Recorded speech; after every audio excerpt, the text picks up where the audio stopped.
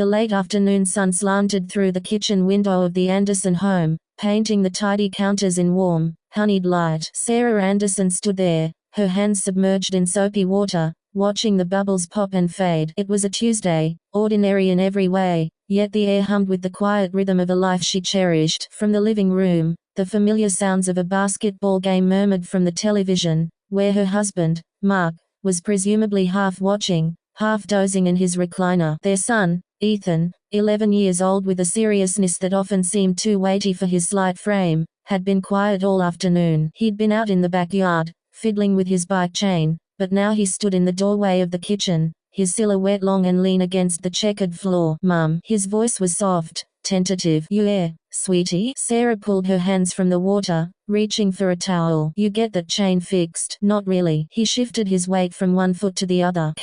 Can I talk to you?" "Just you." Something in his tone, a fragile solemnity, made Sarah's maternal antennae twitch. "Of course, honey. Always." She gestured to the kitchen table, the old oak one they'd bought at a flea market when they were first married. "Want some lemonade?" He shook his head, sliding into a chair. He didn't speak until she sat across from him, the towel still in her hands. He was studying the grain of the wood, tracing it with a finger that had a smudge of grease on it. "Where's Dad?" Ethan asked, not looking up. "In the living room. The Knicks are playing, I think. Do you want him to join us?" "No." The word came out quick, sharp, then softer. "No, just you." Sarah waited. She'd learned with Ethan that silence was often the invitation he needed. He collected his thoughts like rare stones, turning them over carefully before presenting them. He took a deep breath, his young chest rising and falling. Then he lifted his eyes to hers. They were the same shade of hazel as her own, but right now they held a storm of confusion, of dread, of a question he'd carried for too long. "Mum,"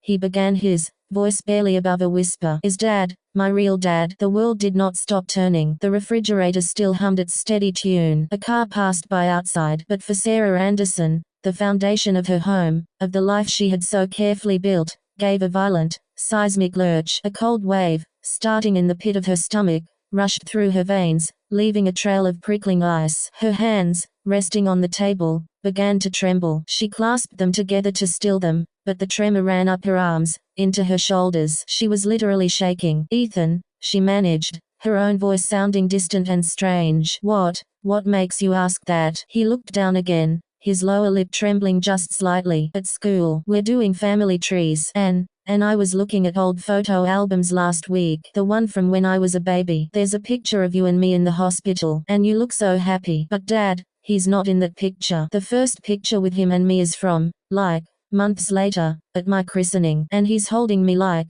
I'm a football he's not sure how to carry." Sarah's mind raced, flipping through the mental catalogue of photographs. He was right. Mark hadn't been there for the first few days. He'd been away. And then, Ethan continued, his words gaining a desperate momentum now that the dam had broken. "I was looking for my birth certificate for the project. I found it in the filing cabinet. It's just you listed, Mum. Only your name. Where it says father, it's blank." The shaking in Sarah's hands intensified. She felt exposed, as if the comfortable kitchen had become a courtroom. The secret she had buried so deep, the one she and Mark had agreed never to disinter, had been unearthed by the most innocent of archaeologists, her son. "Ethan," she said, her throat tight. She reached across the table, but he didn't take her hand. "Your dad, Mark, is your father in every single way that matters. He has loved you since the moment he first saw you. He changed your diapers, he read you stories, he taught you to ride that bike out there. But is he my biological father?" Ethan insisted, the term sounding clinical and harsh in his young mouth. "Is my last name even really Anderson?" The directness of the question was a physical blow. Sarah felt the blood drain from her face. This was the moment she had dreaded for 11 years, the nightmare that woke her in a cold sweat sometimes. She had rehearsed answers, evasions,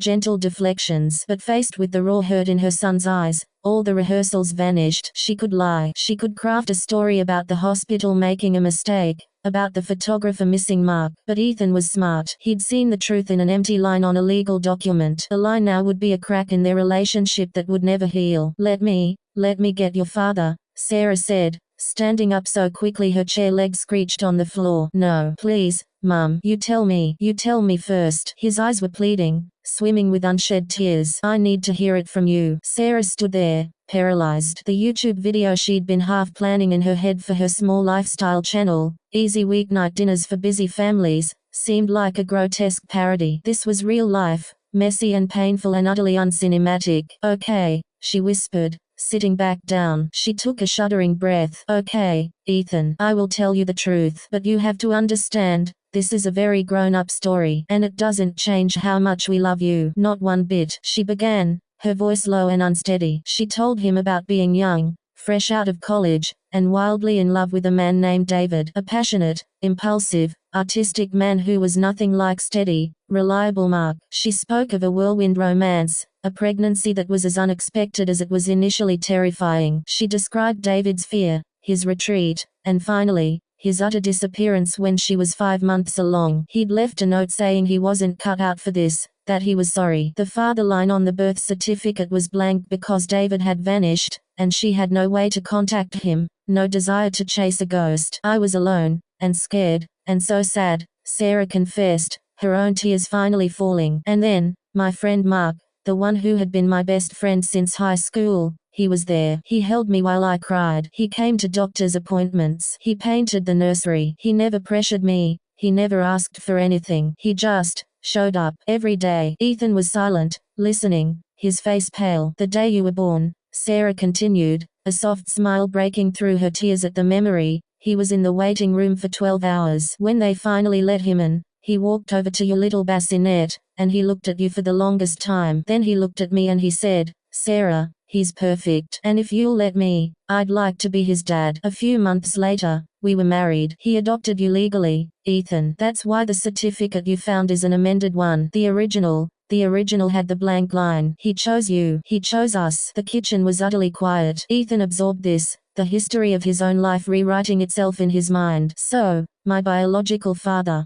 David, he didn't want me. Sarah's heart shattered anew. He was a scared, confused boy, Ethan. It wasn't about you. He never knew you. What he walked away from was an idea, a responsibility. He never saw your face. Mark did. And Mark stayed. Does he know? Ethan asked, his eyes flickering toward the living room. Does Dad know I know? Not yet, Sarah said. And we need to tell him together. This is his story, too. Just then, as if summoned by the weight of the conversation, Mark's footsteps sounded in the hallway. He appeared in the doorway, his tall frame filling the space, a kind, slightly sleepy smile on his face. Hey, you two. Everything okay? You're missing a terrible game. His smile faltered as he took in the scene, his wife's tear-streaked face, his son's shell-shocked expression, the palpable tension in the air. Whoa, what's going on? Sarah looked at Ethan, giving him a tiny, encouraging nod. This was his to share. Ethan stood up, facing the man he had called Dad for every memory he possessed. Dad,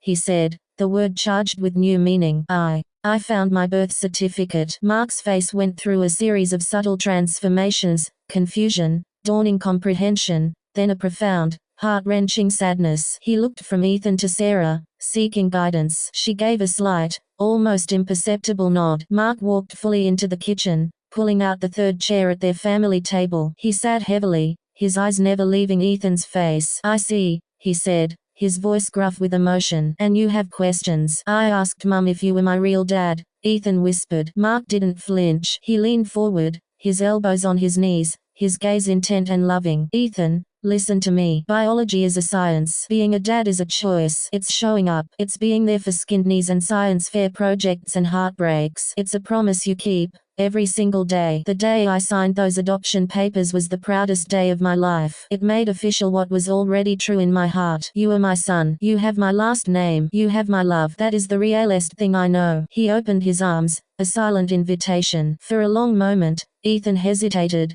the new information a wall between them. Then, with a choked sob, he stumbled forward and let Mark wrap him in a fierce, all-encompassing hug. Sarah rose and joined them, her arms around both of them, their little family forming a tight, tearful knot in the middle of the warm kitchen. The story didn't end there. The following days were fragile. Ethan was quieter, more introspective. He asked more questions, often at unexpected times, over pancakes, during a commercial break, before bed. Sarah and Mark answered with unwavering honesty, emphasizing choice over chance, love over obligation. One evening, about a week later, Ethan came down from his room holding the family tree project. He'd redrawn it. At the top, He had written Ethan Anderson in bold letters. Branching down was Sarah Anderson and Mark Anderson. The line connected Sarah and Mark. From Mark's name, Ethan had drawn a thick, purposeful arrow pointing to his own. In neat print next to it, he had written, "My dad. He chose me." Underneath, in a separate, smaller box off to the side,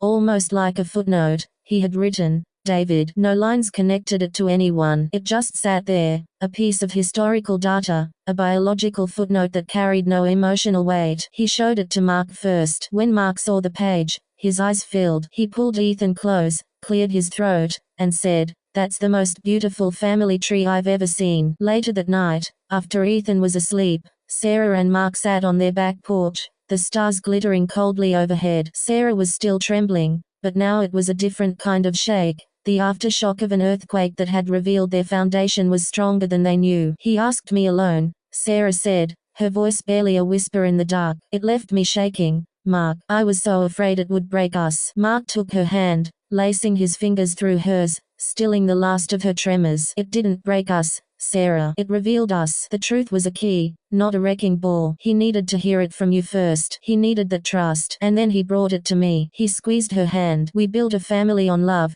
not just biology. And love doesn't shatter when the truth comes out. It expands to hold it." Sarah